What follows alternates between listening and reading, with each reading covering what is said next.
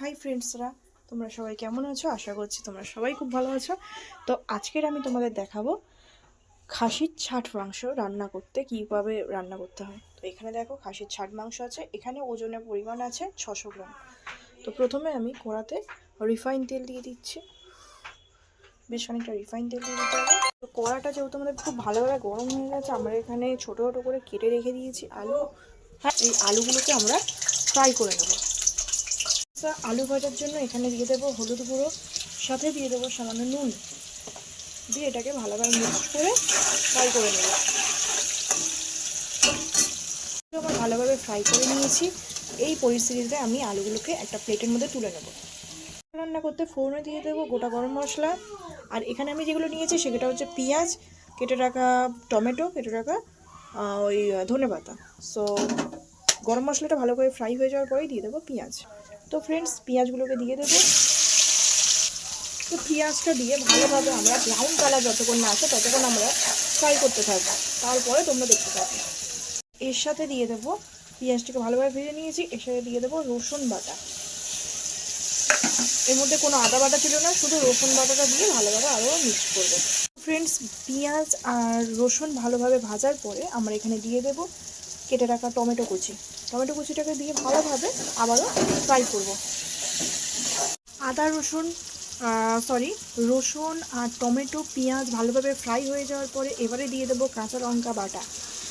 কাঁচা লঙ্কা বাটাটাকে দিয়ে আবারও ভালোভাবে মিক্সড করে এটাকে ফ্রাই হতে করবো যতক্ষণ না এর কাঁচা একটা যে গন্ধ আছে সেই কাঁচা গন্ধটা যতক্ষণ না যায়, ভালোভাবে মিক্সড করে ফ্রাই করব। সব মশলা ভালোভাবে কষিয়ে নেওয়ার পরে এবারে দিয়ে দেবো ফ্যাটিয়ে রাখা টক দই।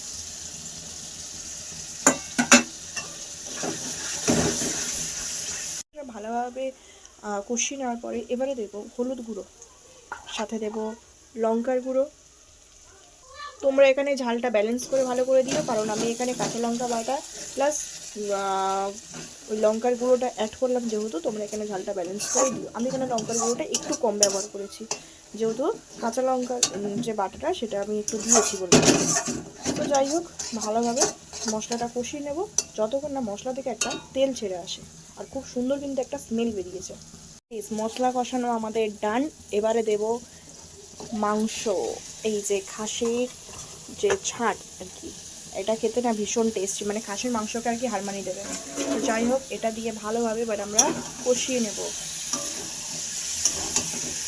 সুন্দর হয়ে তেল ছেড়ে এসছে, এবারে দিয়ে দেবো ধনে গুঁড়ো। খাসির মাংসতে ধনে গুঁড়ো না দিলে একদমই যে টেস্ট, সেই টেস্টটাই একদম আসে না। দিয়ে আবারও ভালোভাবে মিক্সড করে দেবো। দিয়ে কষানো হয়ে গেছে, দিয়ে দেবো এবার আদা বাটা। খাসির মাংসতে মাংস দেওয়ার কষানোর পরেই কিন্তু তেল ছেড়ে আসলেই আদা বাটাটা আপনারা অ্যাড করবেন, তাহলে কিন্তু টেস্টটা বেশ দারুণ আসে। আর যে সেন্ট, আহা, দারুণ দারুণ এক কথায়। তো চর্বিগুলো দেখতে পেয়েছো গাইস, জাস্ট অসাধারণ। যারা যারা খাসির মাংস খাও তারাই বুঝবে যে এর মর্মটা কেমন। তো এটা দিয়ে ভালোভাবে কষাতে হবে যতক্ষণ না এর থেকে আরও বেশি পরিমাণে তেলটা আমাদের ছেড়ে আসছে। তো চলো। ও হো হো হো গাইস, তেলটা খালি ছেড়ে দিয়েছে, খালি দেখো কত সুন্দর। তোমরা তো বুঝতেই পারছো, জাস্ট এক কথায় ওয়াও, অসাধারণভাবে তেলটা আমাদের এখানে ছেড়ে দিয়েছে। এবারে চলে যাবে ধনে পাতা, কুচিয়ে রাখা ধনে পাতা দিয়ে দিলাম উপর থেকে। এটাকেও ভালোভাবে মিক্সড করব, করে আরও ওয়েট করব। আর একটা সেন্ট বেরিয়েছে ভাই, এত সুন্দর, ও মাই গড। এই যে ট্যাংটা ট্যাং, দারুণ দারুণ, এক কথায় দারুণ।